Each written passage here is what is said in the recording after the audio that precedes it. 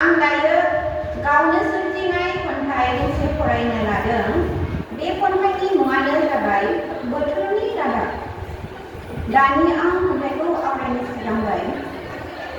बोथोरनि रादाब। फागुन सैथो दानखौ नेवसिनानै गोदान महर लादों बिफांनि रानज्रिंनाय बिलाइफोरखौ ज्रय ज्रय सिरि होना गेरेमसा महर होदों।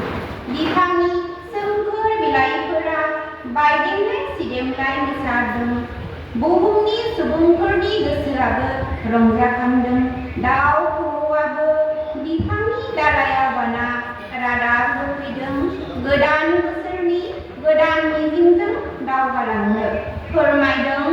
मिथिंगानि गोदान सानस्रिजों गावनि फारसे आगान सुरलांनो अनसायनो रोंनांगोन। मुलुगनि उन्दै गेदेर जिबि सौसिलांनांगोन। बारहुंखा सारअन्थाइ हान्थि लांनांगोन। जिउनि आबुं थांखिखौ मोनफुंनो दावहा नांनांगोन।